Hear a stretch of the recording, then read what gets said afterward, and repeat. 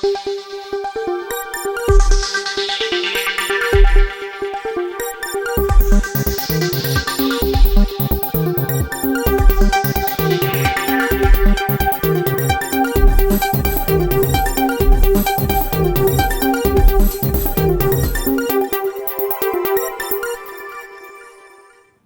afternoon, everyone, and welcome to another episode of Legal Matters, where we tackle the different legal issues and concerns of our teachers, learners, and employees through the expert advice of our regional legal officer, Attorney Angeline Rohel.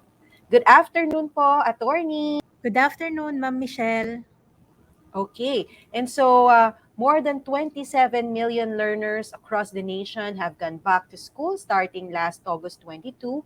And to help our teachers and school personnel understand more about the rights of our learners or our school children, we shall be discussing in this episode the salient provisions of the DepEd Child Protection Policy or DepEd Order number 40 series of 2012. Okay, so attorney, of course, all of our DepEd orders and policies, they have their legal basis. So for our child protection policy, what are the legal basis of this child protection policy? Ma'am Michelle, primarily the basis of the DepEd Child Protection Policy or DepEd Order number 40 series of 2012 is the 1987 Philippine Constitution, because if we will review the provisions of the Constitution, it states that the state shall defend the right of children to assistance, including proper care and nutrition, and special protection from all forms of neglect, abuse, and cruelty against children. So when we say child protection policy, we have to qualify who are covered by this policy. So meaning to say, attorney, when we say child, how do we define who a child is? You are correct, ma'am, no? Well, it is titled Child Protection Policy for a reason, because it aims to protect and promote the rights of children, particularly our learners in the Department of Education. So, if we will define what a child is, the usual idea that we have is that pag sinabi nating child, it is someone of minor age. And aside from minority, the mental image that we have of a child is someone who is too young, small, and immature. But if we will read the provisions of DepEd Order number 40, series of 2012, malawak po yung definition of what a child is. So under that DepEd order, a child could be any person below 18 years of age. That's what we know. But it expands the definition of a child by including those who are also over 18 years of age, but they cannot take care of themselves fully, possibly Mhm. because of a physical or mental condition or disability. And aside from that, a child under DepEd Order number 40 series of 2012 is also a pupil or a student who may be 18 years of age but are in school. So meaning to say, we have, of course, inclusive education. We have our learners with special education needs, no, and most of these students are really beyond the school age, no. Ibig sabihin, sometimes kahit nasa grade 6 sila, they're really, way beyond the school age of that particular grade level. So it means they are also included in this policy, attorney. So if we're talking about child or school children, meaning to say they are in school, so what are the possible cases or instances or the possible violence or incidents that can be committed against children when they are in school? Yes, ma'am. Also, if we will check the DepEd Child Protection Policy, marami pong naka-enumerate dyan kung ano yung mga klase ng mga violation na maaaring makomit against a child. Now, number one, we have the most famous one, which is child abuse. And kapag sinabi nating child abuse, it includes the maltreatment of a child. And that maltreatment can happen either physically or psychologically. Aside from child abuse, we also encounter cases of discrimination. So, under DepEd Order number 40 series of 2012, discrimination against children is also an offense. So, we commit discrimination when we treat a child differently and unreasonably by reason of sex, of status in life, of age or ethnicity. And then we also commit a violation of the DepEd Child Protection Policy when we exploit children. And that exploitation can happen either sexual, no, when someone uses their position or moral ascendancy to obtain sexual favors against a child. And the exploitation can also happen by requiring the child to work. So in that case, meron tayong tinatawag na economic exploitation. Aside from those things, we also commit violence against children by inflicting physical pain on them, psychological pain, and emotional abuse. Also, yung mas importante din po, no, we commit violations of DepEd Child Protection Policy when we commit bullying and corporal punishment. Okay, it was mentioned, you mentioned about discrimination against children. Well, I'm hearing or receiving a lot of queries nowadays, attorney, as regards the vaccination of our learners.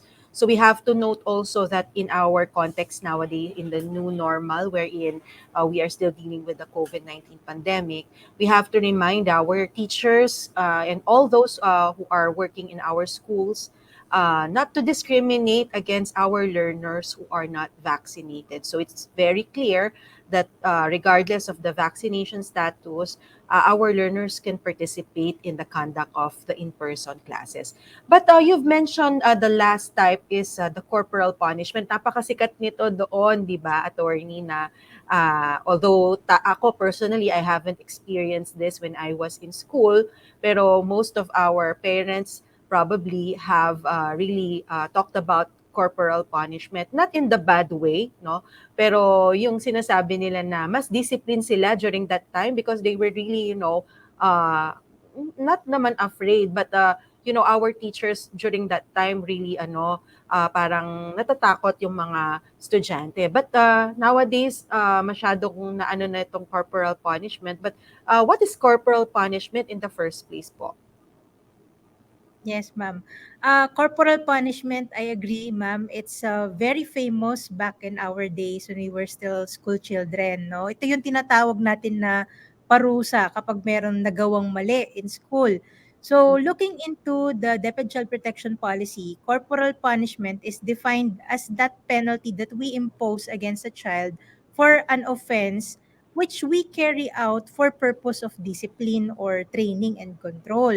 So, kung noon, we do not really give much of a emphasis on corporal punishment because kumbaga nakaugalian before na okay lang na paraan ito ng pagdidisiplina. But with the advent of DepEd Order number 40 series of 2012, corporal punishment is considered an offense and a violation of DepEd Order number 40.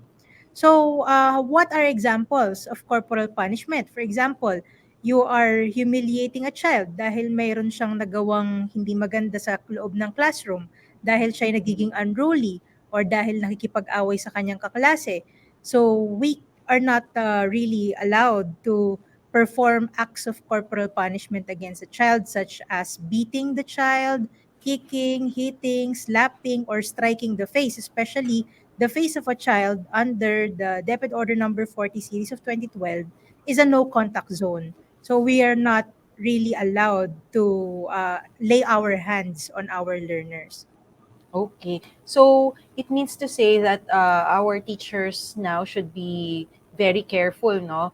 I remember there was this meeting na dapat merong hawak sana na ruler ang ating mga teachers for them to guide our students. Pero the mere fact na nakita yung ruler, parang sabi, ay wag na lang nating isama yung ruler, baka maisip ng mga bata na papaluin sila kapag hindi sila nakabasa. So ganun na po kaano yung corporal punishment, the concept of it nowadays, no? Unlike really before what we were saying a while ago, no? So talagang ngayon in place na po kasi talaga yung ating child protection policy in our schools. So that this should also give our parents a sense of relief, no?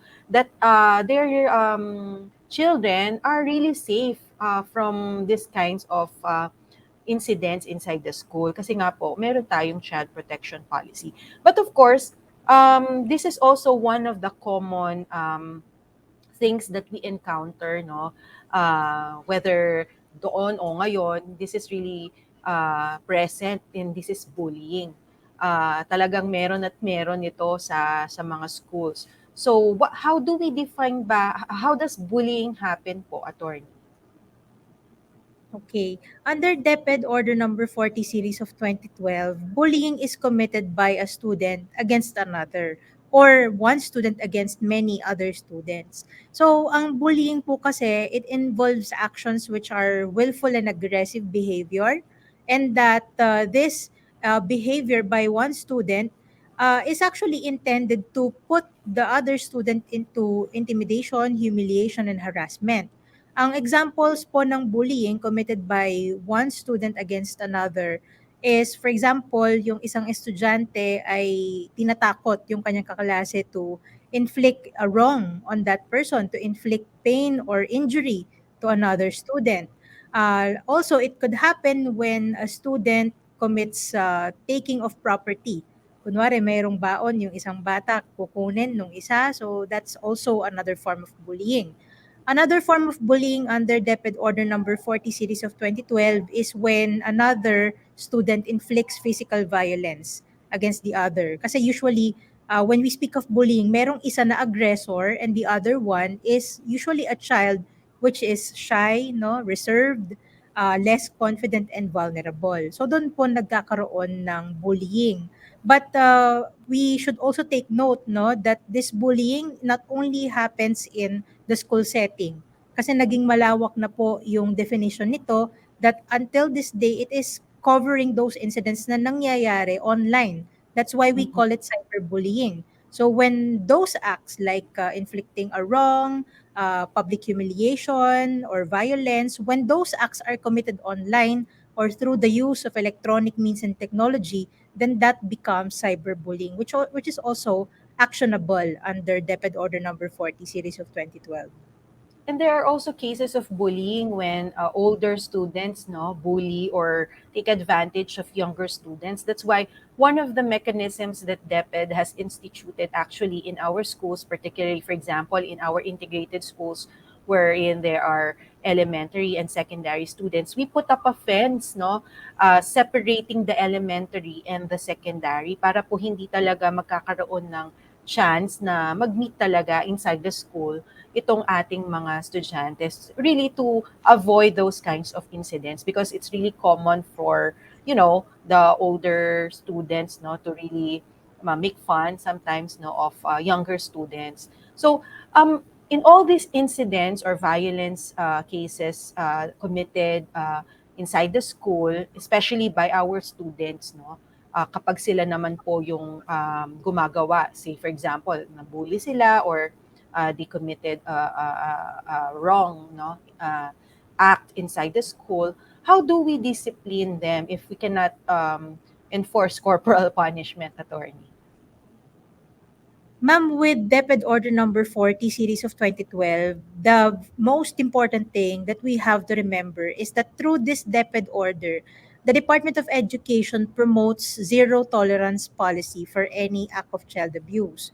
But if we will be emphasizing on this, no, on zero tolerance policy, ang dapat po nating tandaan that we can perform acts of discipline not in a violent way, but in a positive and non-violent manner.